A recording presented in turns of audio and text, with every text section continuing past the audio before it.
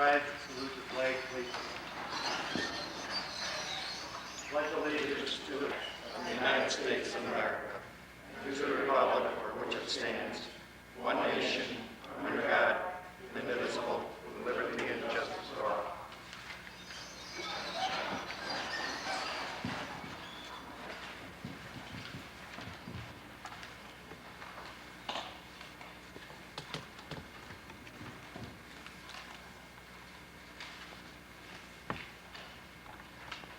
Changes, additions, or corrections to the agenda? I have one. I'd like to make a motion that we repeal the resolution that abolished the city engineer last week, and which resolution indicated certain other positions within the city be abolished due to economic hard times. I'll second that. You want that added to the agenda? It is a motion. You're making the motion? Yes.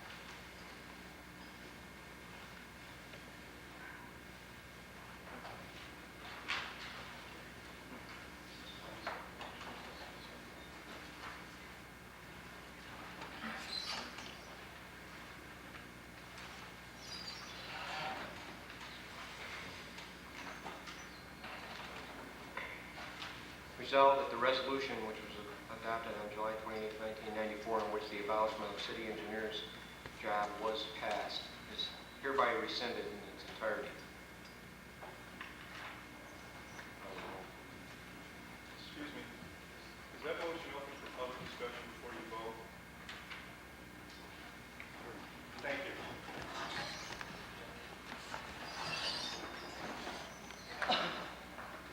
Joe Langlois, 30 Moore Drive. What concerns me is two issues. Number one, I'd like some reasons as to why you were looking to eliminate that position, where I see further on down you're looking to appoint another individual.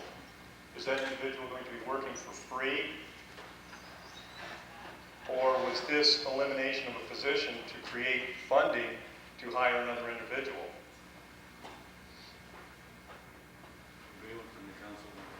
I'd like to answer it. In my opinion, it was to face the changing needs in the city. We felt that we did not need a city engineer as much as we needed some direction on code enforcement. Are you well aware of the fact that your licensed professional city engineer is more qualified than a code enforcement officer? Or would you say that a licensed professional state of New York engineer is not qualified, yet a hourly trained code enforcement officer is therefore more qualified? Or my understanding was that this was strictly being done for financial reasons only.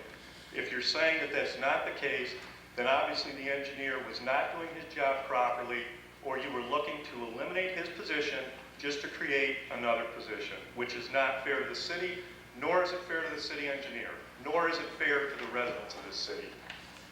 And I would like that addressed as to valid reasons, not changing needs. What's a changing need in a city? Define that.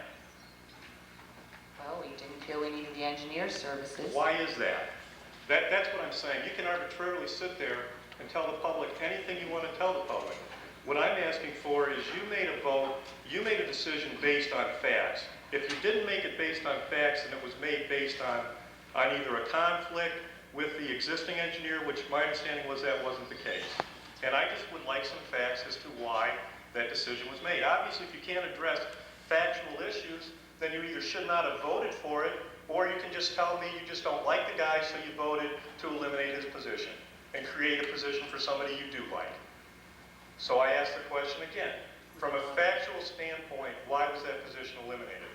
Factual standpoint is it was economically eliminated. If that's the case, why are we looking to hire another individual to do that same particular job, or who will be doing the engineering services for the city? There will be no engineering services done under the proposed job. I implore this council to rethink your position. If you actually believe that a municipality can run without licensed professional engineering services, you're well mistaken. If you're doing this to create money to allow another individual to do your code enforcement, I think that's a real lame reason for doing it. Thank you for your time. I'll address that too. This was done as a matter of priority. And number one, code enforcement has been something that the council's been working on since day one. The timing on this may be not exactly what we would prefer. It's an ongoing thing. It's something we've been looking at to make a change, to have a better place for Fulton. An engineering position, the engineering department, I felt that at different times the city has not had an engineer. They had a period of time, and I'm not sure the time frame on this, but they went without an engineer in the department for economic reasons. They decided to subcontract it out. At another time frame, the next administration said, well, maybe we're spending too much money on subcontracting, maybe we want to do it another way. Let's hire an engineer. And at different times, they've hired engineers that were chemical engineers, electrical engineers, not necessarily the type of engineer that was needed. So I felt, and some of the members of the council, at this time, the priority would be that we would do without the engineer. And as far as the time frame on the code enforcement officer, that was something that we were looking at since January. May I answer your statement?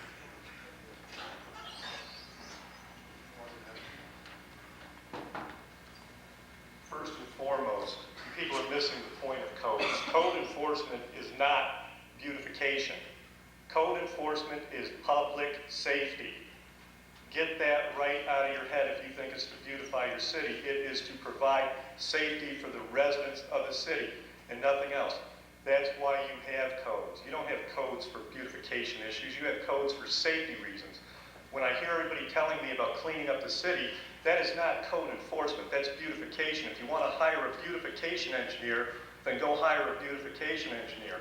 In regards to your comments, I see here you've already pre-appointed or going to appoint, based on a vote here, Mr. Daniel Vaughn. Is Mr. Vaughn a resident of the city of Fulton? If not so, do you have a copy available for the public of Mr. Vaughn's credentials to be this Chief Code Enforcement Officer? And thirdly, who is doing that job for the city currently? And will their position be abolished? Why don't we wait until that item comes up before? Will I be allowed to speak at that issue? Thank you.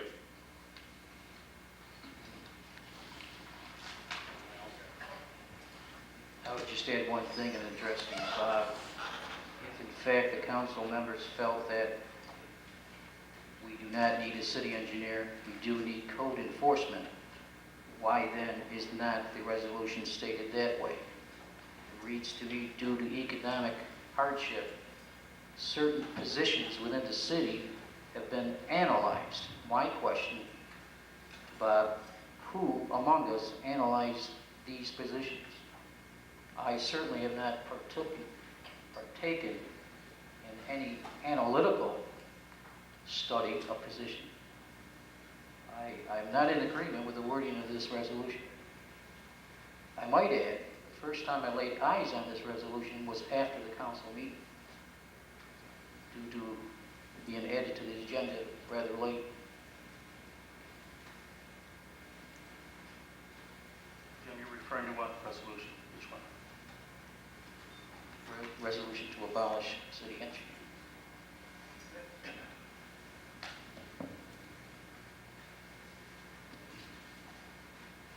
Roll call vote, please, Mr. Tinker.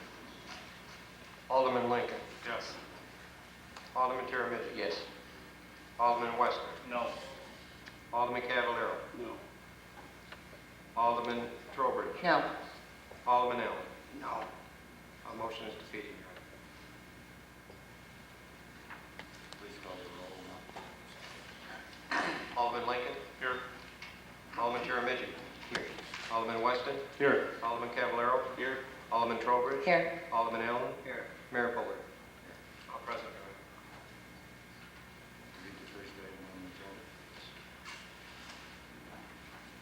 Whereas pursuant to the New York Municipal Annexation Law, General Municipal Law, Article 17, Pierce Drive Development, a New York Partnership, Larry E. Raleigh, Bruce N. Clark, Susan P. Raleigh, and Widewaters Pierce Drive Associates petitioners filed a petition on or about November 18, 1993, with the City Clerk of the City of Fulton and the Town Clerk of the Town of Olney seeking to annex premises therein described into the City of Fulton. Whereas the Municipal Annexation Law requires the governing body of each affected local government to determine by majority vote whether to approve or disapprove the proposed annexation under certain conditions, and such a determination is an action requiring compliance with the State Environmental Quality Review Act. And whereas the Common Council, acting as lead agency pursuant to SECRA, by resolution dated February 15, 1994, made a determination of significance, authorized the filing of a SECRA positive declaration, and directed the preparation of a draft environmental impact statement for the action involving the proposed annexation. Whereas Widewaters Pierce Drive Associates sought approvals for construction of a shopping center on the premises proposed for annexation known as the River Glen Mall of the Town of Olney, which was reviewed by the Town of Olney as follows: by the issuance of SECRA negative declaration by the Town of Olney Planning Board on April 21, 1992.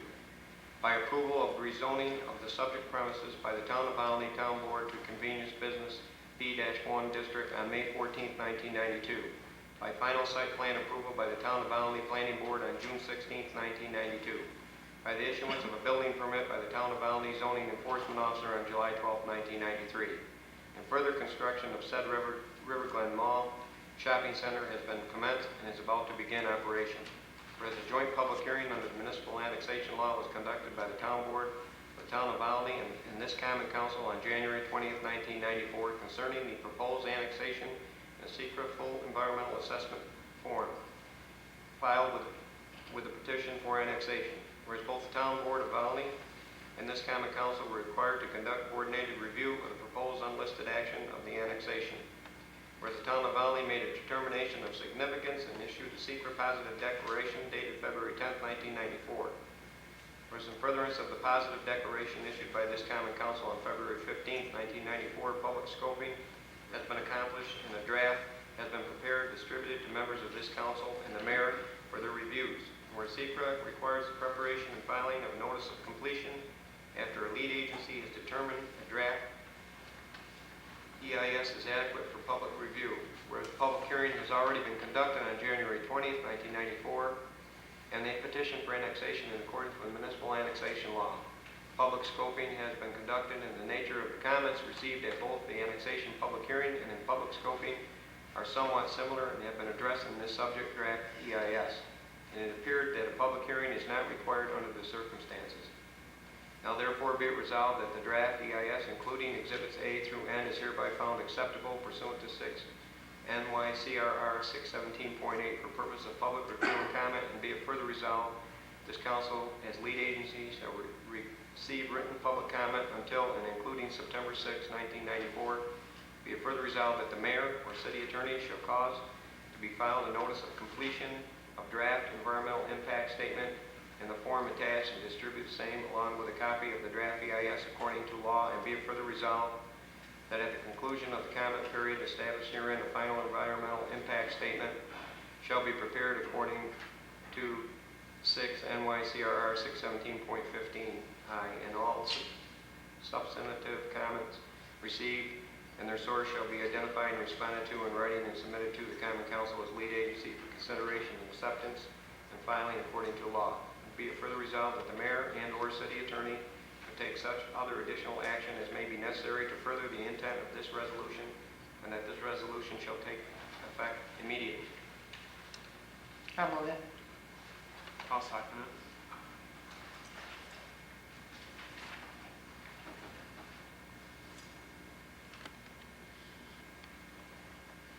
This is a statement for anybody that would like.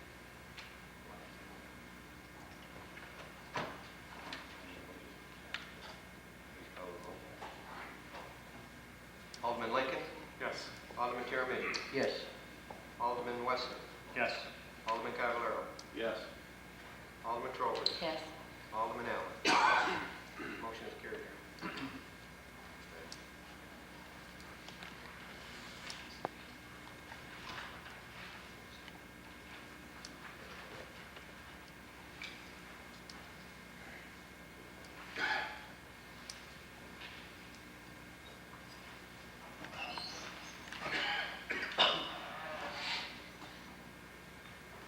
Dave Fontecchio, 371 Park Street. Approving this, where does that leave us now in this process? My understanding is, would you rather talk about that? I want to go.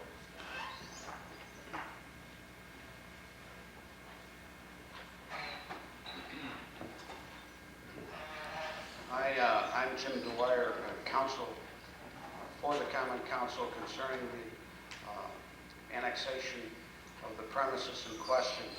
This is one of the procedural steps in the State Environmental Quality Review Act process. It establishes a comment period in which written comments will be received on the draft environmental impact statement, which is available here with the city clerk through and including September 6, 1994. After that, the Common Council as lead agency has a maximum of 45 days to prepare a final environmental impact statement. What a final environmental impact statement is, that any substantive comments that are received in the course of the comment period, they must be responded to and addressed and put together. And then the entire packet, the draft environmental impact statement, the substantive comments and responses are then submitted to the Common Council for determination whether it is complete at that time. That would be, I would say, in late September or October timeframe. And then once that is determined complete, again, a resolution is enacted accordingly, a notice is filed and disseminated, and between 10 and 30 days thereafter, the Common Council will conclude the seeker process with the filing of what is known as a finding statement, which says they'll either go forward with the annexation or not, and they'll take a vote at that time if they decide to go forward relative to the annexation. And there's already a stipulation on file between the city and the town of Albany that states that the required period under the municipal annexation law to make a decision on annexation would be extended so that the seeker requirements are complied with. In other words, the municipal annexation law has certain timelines, and when it was enacted, it didn't consider the seeker timelines. So we entered into a stipulation that would allow this so that the environmental assessment could be concluded and a decision thereafter made. The town of Albany will have to also at that time make a decision. So, when does this go to court? And when do they make their decision? That's the question. Well, what happens is, when you say when does it go to court, hopefully there'll be a decision that will be unanimous in this particular matter. But if it is not unanimous, then the party that votes in favor of it can bring a special proceeding in Article 78 of the Health Division, which is quite complicated. It's then referred to a three-person panel, including a judge of the Supreme Court, to make a recommendation to Health Division. And that argument is essentially a measure of benefit to each of the municipalities involved as to who receives the most benefit measuring the benefit to the property in the event annexation goes through or it doesn't. A year from now, will I be asking Donald, so where are we in the process? You will know a year from now, and you will know relative to conclusion of any litigation in this matter, I would say in 6 months, if it's necessary. Hopefully it will not be.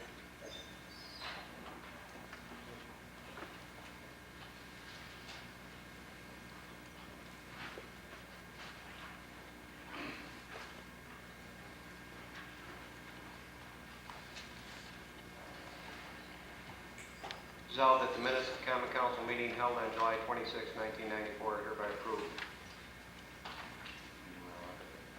I'll move it. Second. Any motion, all in favor? Aye. Aye. Any opposed? Motion carried. Resolved that the following claims against the city of Fulton are referred to our city attorney for his action. Notice of petition submitted by Nestle Food Company for review of real property assessments. Summons submitted by Brian Campbell for damages alleged to have occurred as a result of the police investigation. Letter of claim submitted by Casey L. Averill for injuries alleged to have occurred on July 15th when she fell from the top of a slide at Lincoln Park. Notice of petition submitted by Tops Market for review of assessment for certain real properties known as 12 West First Street for tax year 94-95. I'll move it. I have just a question for council.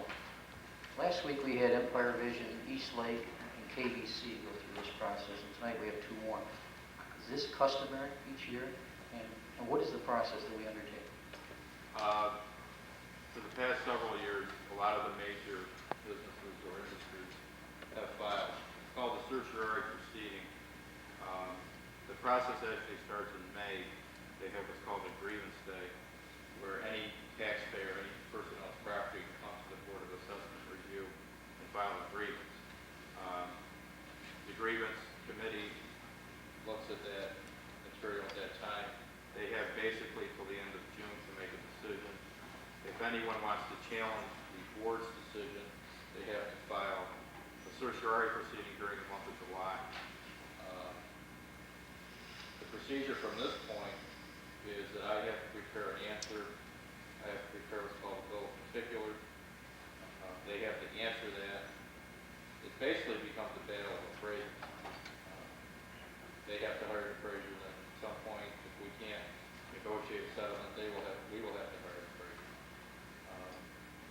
I know in the late 80s, early 90s, Nestle did get a reduction. I believe Black Boston got a substantial reduction.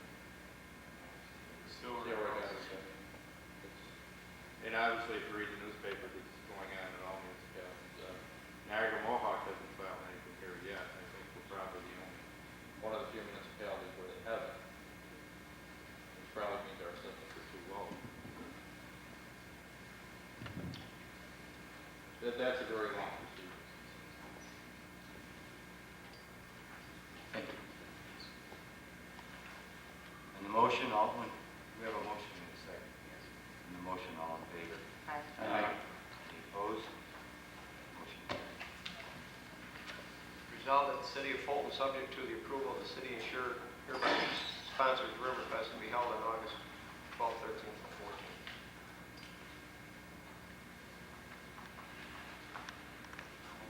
Can I ask a question now? Will they be subject to paying a user fee for the Fourth Memorial or Community Center? Like people did for Memorial Day weekend on service for organizations? Or does this mean that they'll be exempt because it's a city-run activity? It's an interesting question. I can't answer.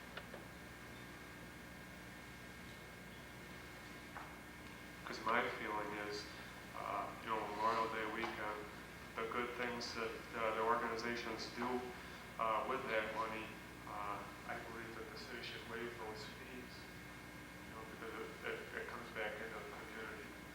I know I'm involved in the Lions Club, and we do a lot of things with people, and underprivileged people.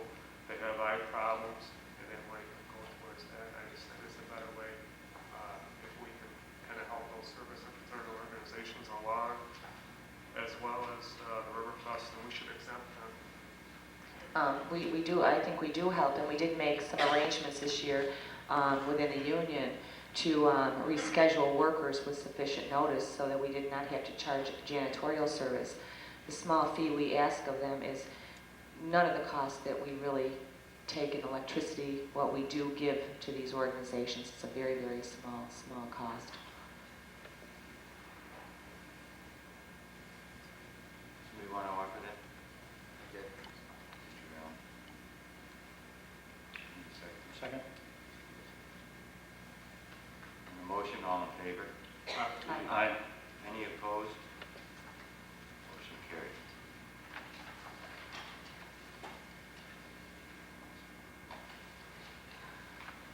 Resolution authorizing the issuance of $412,500 serial bonds to City of Fulton, County of Oswego, to pay for all or part of the cost of various capital projects in for the City of Fulton.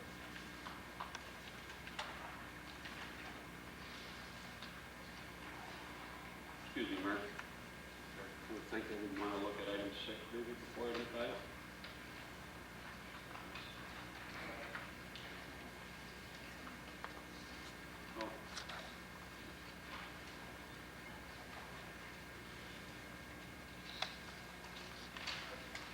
Oh.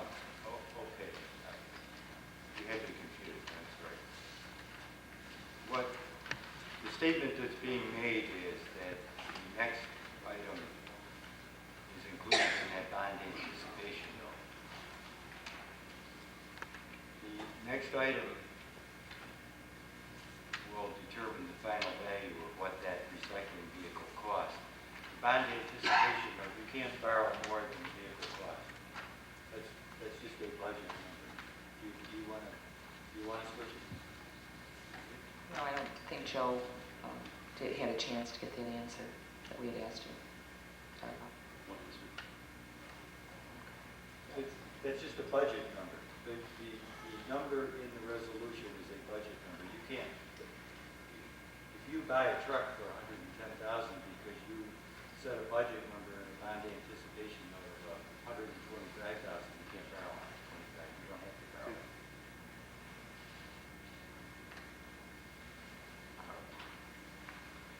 Say the amount again.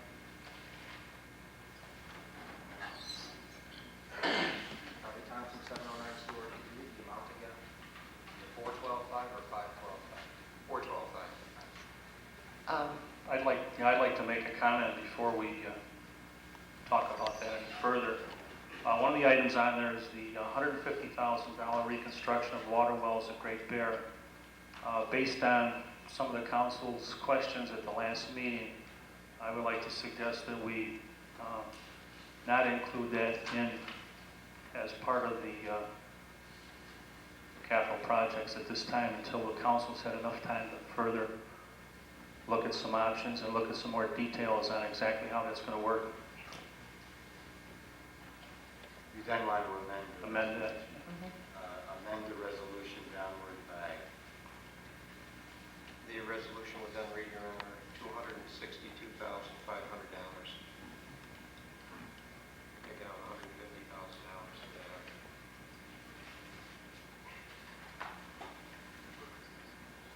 $262,500. 62.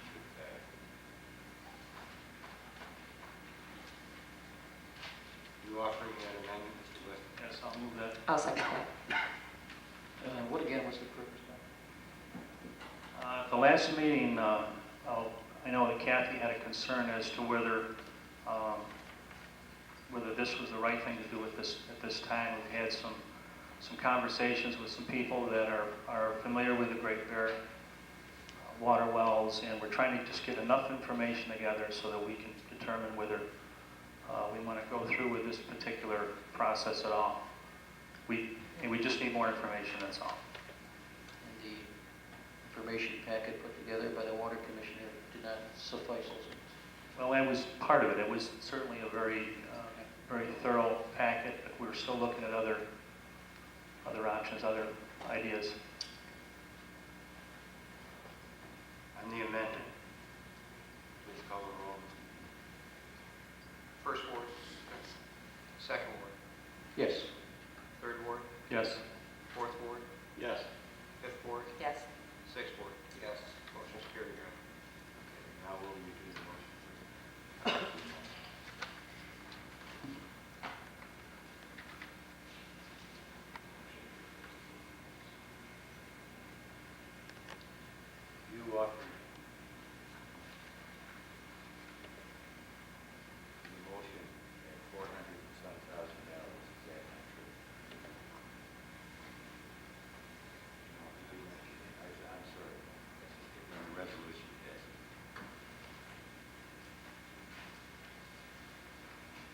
Whereas the meeting of this council, Point of order, what resolution passed? Well, that The was the amendment. The confusion. amendment, yeah, the amendment, Okay, that's now we're right. gonna, The amendment, the amendment, which we took $150,000 Okay. out and made it 262,500. so what, let me explain what I thought transpired. I thought that the resolution was offered, it was not offered at Right. the time. So Mr. Weston suggested that that resolution be amended. The resolution passed. Whereas the meeting of this council held on July 26, all bids for furnishing the city of Fulton DPW with one new and unused recycling vehicle in accordance with specifications prepared by the engineering department referred to the Public Works Committee for their review and recommendation to be returned to this council meeting of August 2nd. Whereas per memo dated July 27th, City Engineer Neil Beebe states that the bid submitted by Leota Automotive Services, Inc. meets the technical specifications while the other bids did not. Whereas the committee feels that features of the unit offered by Leota are necessary to the operating plan they devised and that the necessity of this unit features outweigh the low prices and shorter delivery times of the other bidders.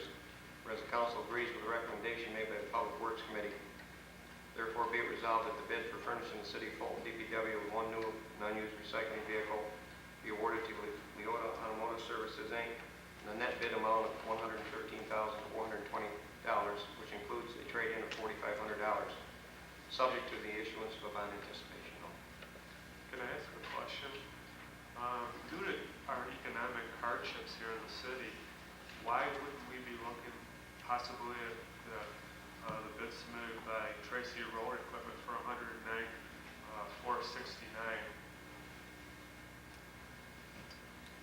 Doesn't meet the spec. I can answer that, John.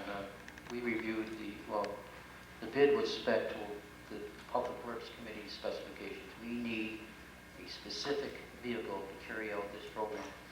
The three bids that came in, two of the three did not meet that specific criteria, that being a 25 cubic yard vehicle.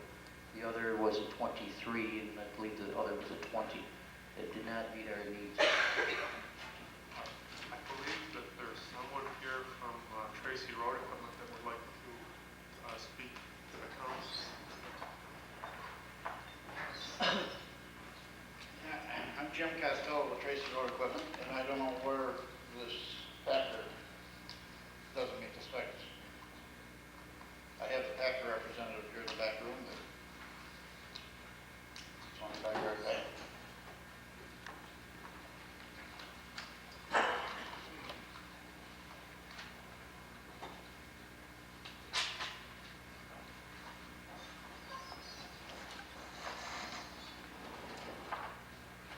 The actual size of the Packer is 24.25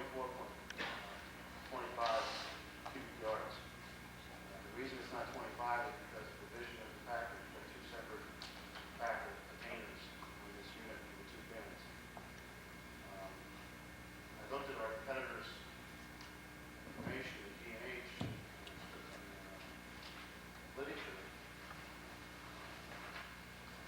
They weren't measured in cubic yards, they weren't measured in metric. And to calculate the metric, you have to times it by 1.308.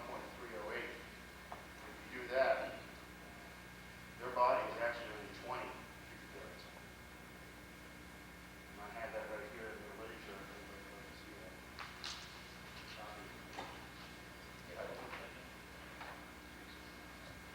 This is ours right here.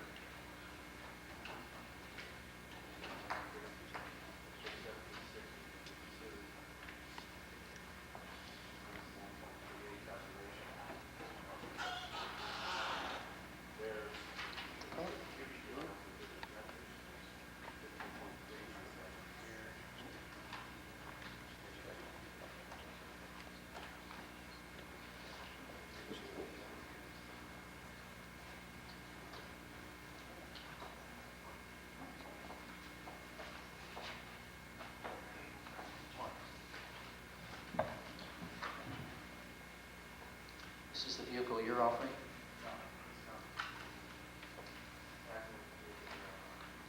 This,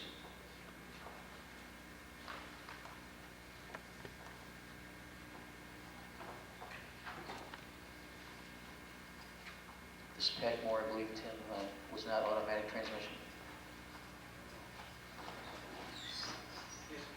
Was it? Okay.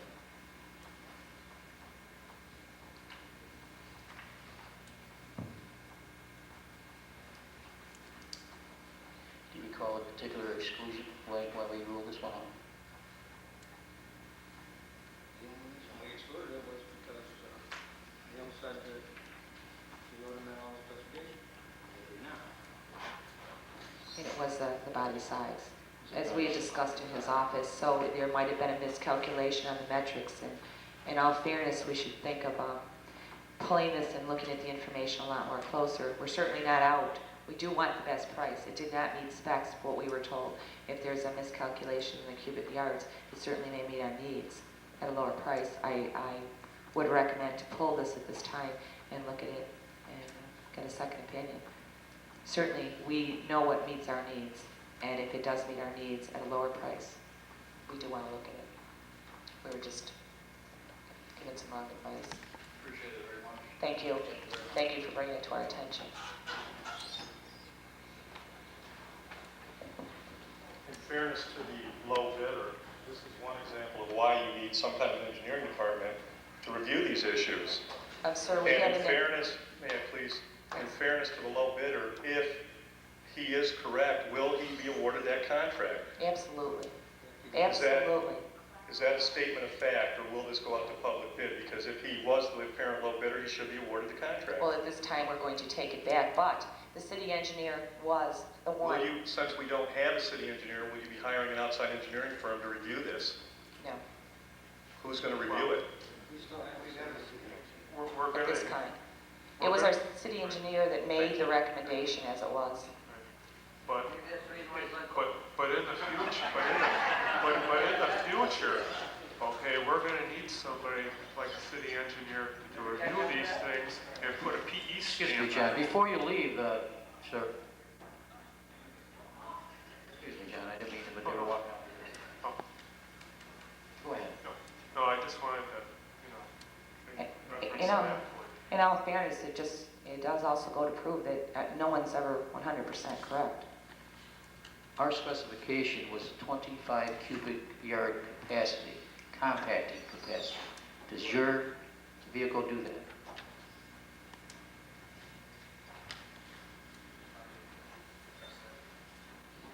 The specifications call for 1,000 cubic yards compaction, cubic yards. Our vehicle does that. Our vehicle is actually bigger than the competition. Like I said, the cubic yard was up to 24.25 yards. Because of the split down the middle, we lose a little bit. What type of split is that? It's actually a metal split. Yeah, I don't know, I mean, what equation? 60-40, 70-30, what is it? 60-40? We were informed that your compacting ability was 23 cubic yards. That's why we recognized the other bid. Now, you're saying that you can compact 25 cubic yards. 1,000 pounds per yard. We're about 24, 25. At 1,000. Yes, sir. You don't lose any with this split.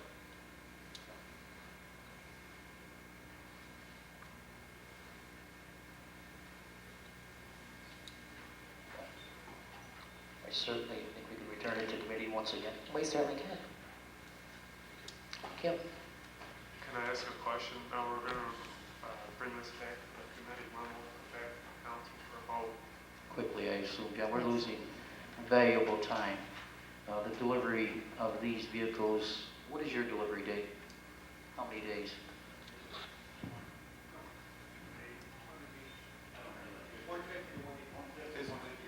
That was also a question in our minds. The delivery of this vehicle, we're set to begin September 5th, and we're hung up on the specifications here.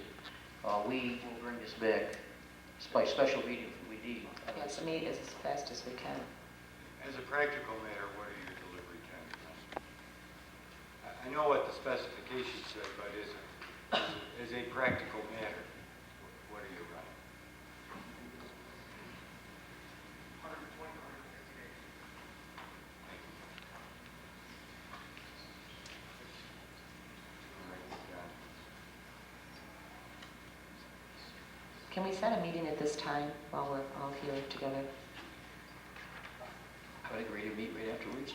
Okay.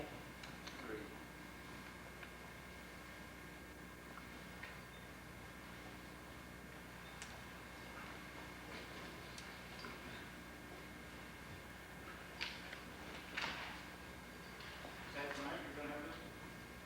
Pardon? Tonight you're gonna have this meeting? Oh, we have to discuss it, but we also will have to look into some of the other, Will the action taken on it later on? no, No. Okay, thank you. thank you.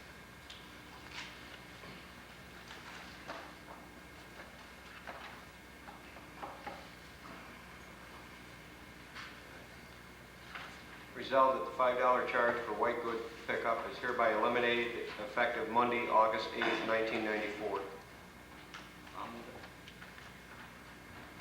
So, Could we, I'd like to give a little explanation for that. The reason we're doing that is, number one, to get the blight out of our neighborhoods. As you drive around, you will see refrigerated stores on porches and backyards, dishwashers, etc.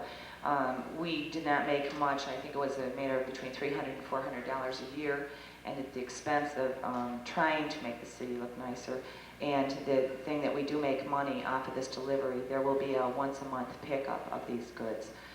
If you have the good, you will call the city clerk's office, and he will set a date for the pickup once a month. And this will be effective, I think, Joe, we talked Monday? Yes. August, what was it? August 8th.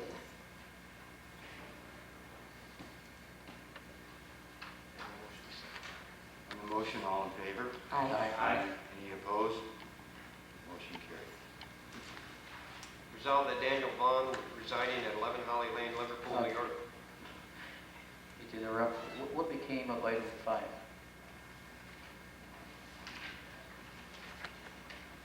That's, We never did vote on the ban. yes, we did. We had a roll, voted to- We voted to amend, you're right. we had a roll call vote to amend to 262,500, it was carried to amend. to amend it. Now we have to vote on Now we have to vote. the ban, on the total package.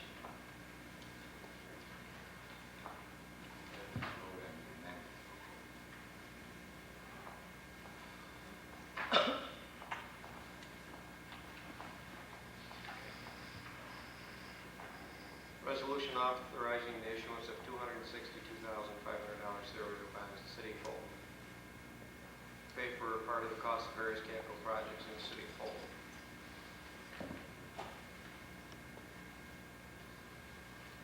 Someone want to offer that? I'll move it. I'll second. For discussion, I wish the council would indulge in me just a second here. I have had several thoughts over this matter past week or so. I had to collect them on paper, so I'm going to have to read from my notes. Council, stand by with me. A week ago, we abolished the position of city engineer because the resolution said it would save the city approximately $60,000. It was a move that was dictated by economic hard times. Incredibly, we're back here just 7 days later looking to spend an amended amount now of about $212,000 with projects offered as capital improvements. Of these expenditures, over $88,000, or almost twice the salary of the city engineer, are being disguised as capital improvements. $35,000 for the construction of a boat launch at Indian Point, $6,000 for the initial phase of a pathway along the river, $31,000 for the reconstruction of North Bay Campground, after we've already committed over $50,000 to this project this year, and $16,500 for scuba gear, despite the fact that there has been and continues to be volunteer service available to the city. In previous weeks, we've spent over $50,000 for a computer contract, $17,000 for an amnesty week that was undeclared by the council, $24,000 for a management by objective project for our department heads, if we have any left that could benefit from this program. Last week, there was economic hard times. This week, we go on a shopping spree. Who will lose their job next to pay for any future shopping sprees? Yesterday's Oswego Valley News quoted the mayor as saying the Common Council looked at eliminating 4 jobs at the DPW to save the equal of the city engineer. I bristled at that statement because there has been no formal discussion or private discussion that I'm aware of among the council about eliminating 4 jobs in the DPW. There has, I certainly have not been privy to these discussions. There hasn't, someone is acting independently here, maybe misrepresenting this council. Some items in this capital plan are unavoidable. The expenditure of the garbage recycling truck is one that can be supported. After all, when the Public Works Committee put the garbage plan together, it effectively eliminated well over $300,000 for the 95 general budget, money that would not have to be levied against the taxpayer to provide garbage service. Therefore, the alleged $1 million deficit the city has experienced was reduced by almost a third with the passage of the garbage ordinance 2 months ago. Yet we're still quoting $1 million deficits. Why? Unfortunately, after all the long hours I have personally contributed to this public works project, I now find myself in a peculiar position. I'm not able to support the expenditure for the vehicle listed in this proposal because it has become conveniently lumped to what I call a pork barrel that I will not swallow. When this council first formed, we worked together because we were driven by a common goal: to reduce the city's expenses and the tax burden on its people. We took the unpopular road of instituting user fees for garbage, for recreation. Some of us, myself included, absorbed a considerable amount of ridicule over the user fee approach. But we did this because we were able to separate out and identify which were the essential services the city needed to provide at this juncture, given an alleged budget deficit of $1 million. Garbage pickup and recreation were not essential services then. In fact, state laws say that police, fire, and sanitation are the essential services a city needs to provide. What is essential in tonight's capital plan? It requires us to spend hundreds of thousands. The garbage truck, yes, because the actual payment will be made by user fee collection, not tax dollars. But is it fair to spend tax dollars at this point for a boat launch, a walkway, a campground, or scuba gear when just 6 months ago the taxpayer had our attention and we would never have considered such a move? I ask my colleagues to concern themselves with this capital plan tonight and make the proper decision for your respective constituents. Send this proposal back until each individual item listed herein can return when it answers a simple question. Is it fair to our taxpayers during this economic hardship to spend for non-essential projects? Thank you. Thank you. I'll address some of that. As I said last week, most of these, if not all, except the reconstruction of water wells, was previously approved by the council as action to take. The only thing we didn't approve is the means of financing it. I talked to Jim LeBoda, the city chamberlain, this afternoon. He said he wished that he had put these all in a separate line because it would have been a lot easier for you to go through each one of them. But each one of them is something that we've already approved, and it's just a matter of the issuance of the bonds, which for future payment. The backhoe has already been purchased. The apparatus for the fire department was approved. Canal Park walkway was approved. I'm not sure on the North Bay campground whether that's additional monies or part of, that's not additional monies. That's part of the money that we budgeted. That was budgeted in the 1994 budget. I think these things are positive things. I think they're things we need. I think they're things that we need. We don't necessarily have to look at specific capital project items and say, is this something that's absolutely necessary? I think Indian Point, development of Indian Point as you come into the city of Fulton is a plus. People will look at it with its development as here's a good place to camp, here's a good place to fish and to launch a boat. The same thing with North Bay Campground. The improvements over there are all positive things. The purchase of apparatus for the fire department is an absolute necessity. Unfortunately, we have just had an incident where, once again, the firemen were called into service with equipment that is not in the best condition. So I think we're thinking of what we feel, or what I feel, is best for the city. And that's why I'm in favor of these projects. And once again, it's the financing of these projects. This money will not necessarily be spent, it'll be spent over a period of time. It's not something that we're spending within a short period of time.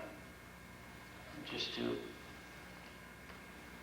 touch on or debate just a little bit of that, I don't believe much of this spending here was voted on by this council.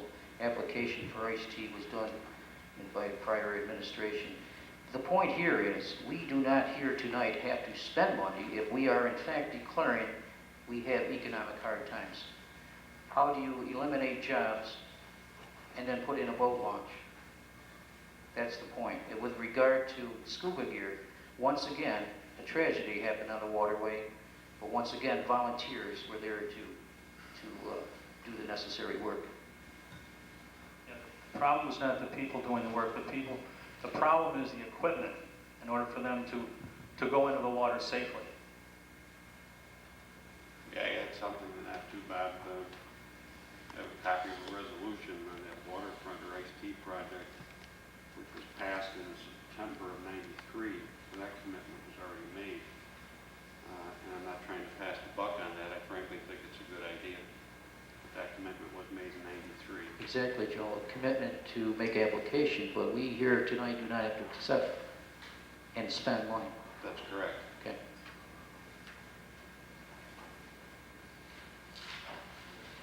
May I ask the city attorney, would that jeopardize any future chances for federal law once we make a commitment, once we go forward, once CDA is ready to go? I mean, what burden do we carry as a commitment from another council?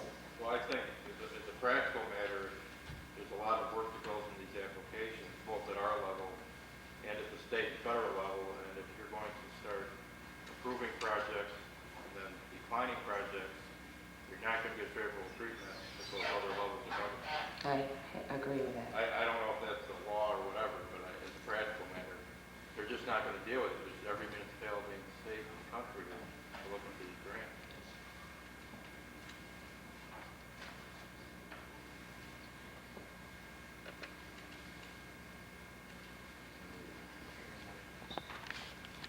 Please call the roll. First ward? No. Second ward?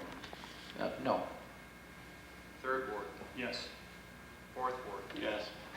Fifth ward? Yes. Sixth ward? Yes. Motion's carried.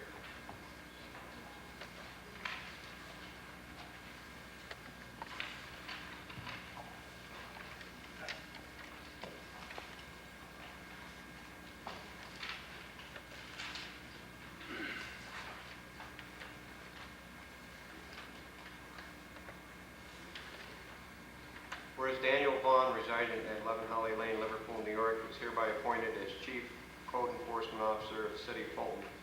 Said appointment to be on a provisional basis for the purpose of civil service law.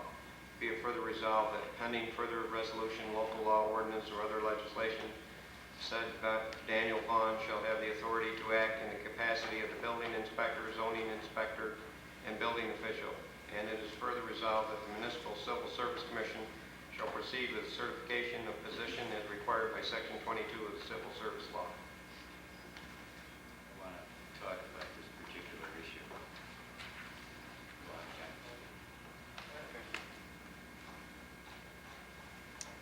I don't like any better than anyone in this room the fact that the city had to eliminate a job. I also don't like any better than anyone in this room that this city has dozens and dozens and dozens of substandard conditions in housing. Since May 19th, when we were first able to start tracking our work requests, we have had reported to us between May 19th and today 119 zoning and ordinance violations. We can't even begin to count them manually, the paper requests that are in the file. The council has a window of opportunity to hire a person acknowledged to be, across the state of New York, an expert in this business.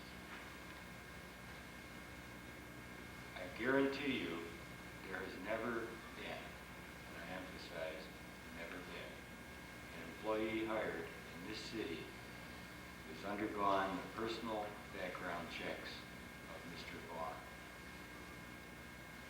Mr. Vaughn took over the Syracuse Housing Code Enforcement Department when it was in shambles, when people were being indicted. Many of you might remember, under the Alexander administration, these housing code enforcement officials were photographed on the golf course. They were caught with golf clubs in the trunk of their car. And they were every place but on the job. He built that department from a $50,000 a year income department to a $750,000 a year income department, because his philosophy is that code and code enforcement should and can become self-sufficient. There are people on this council that have done some personal background checks in addition to the background checks that we have completed. An official, an officer of the Fulton Fire Department happened to be talking to the deputy chief in the Oswego Fire Department today. The deputy chief in Oswego is Oswego's training officer and is known as one of the best training officers in the area. Deputy chief in Oswego is quoted as saying, "Fulton is lucky to have grabbed Dan Vaughn. He did an outstanding job in Syracuse. He was number one on our list, but he got away." Our code man makes between $42,000 and $43,000 a year. This comes from Dan Vaughn.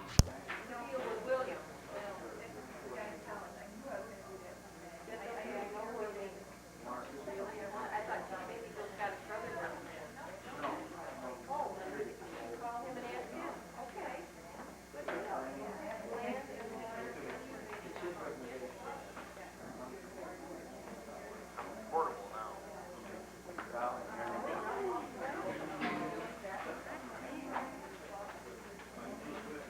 Bring mine. That's not good because I like to celebrate my being George, the flag.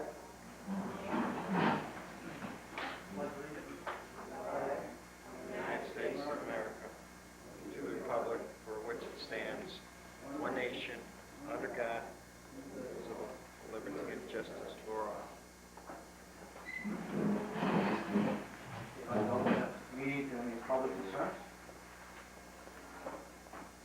Joe? Has there ever been any hours set on for the operation of that asphalt plant over there? I mean, 5:30 in the morning, the trucks got running. Little tough, slicky. John, do you remember the plan goes down? All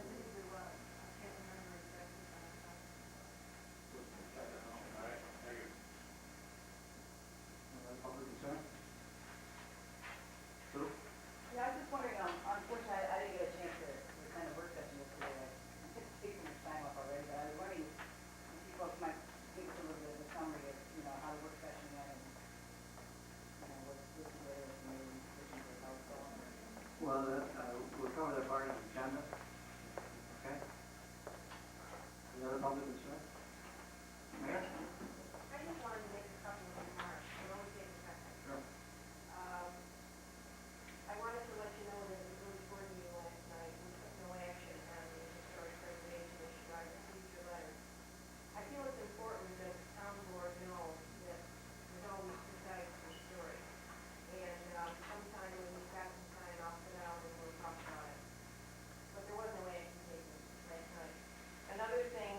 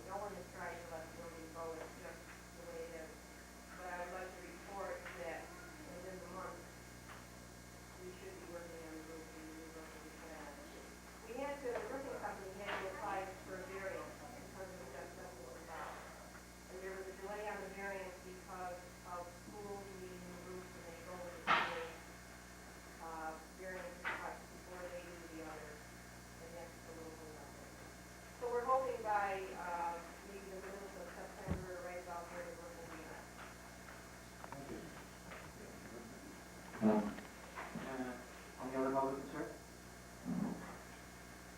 If not, then I'll call for the department reports. Highway? You wanted the report for the first half of the year. First, that starts back in the winter, and I looked up a couple of interesting figures. Since January 1, we applied 815 loads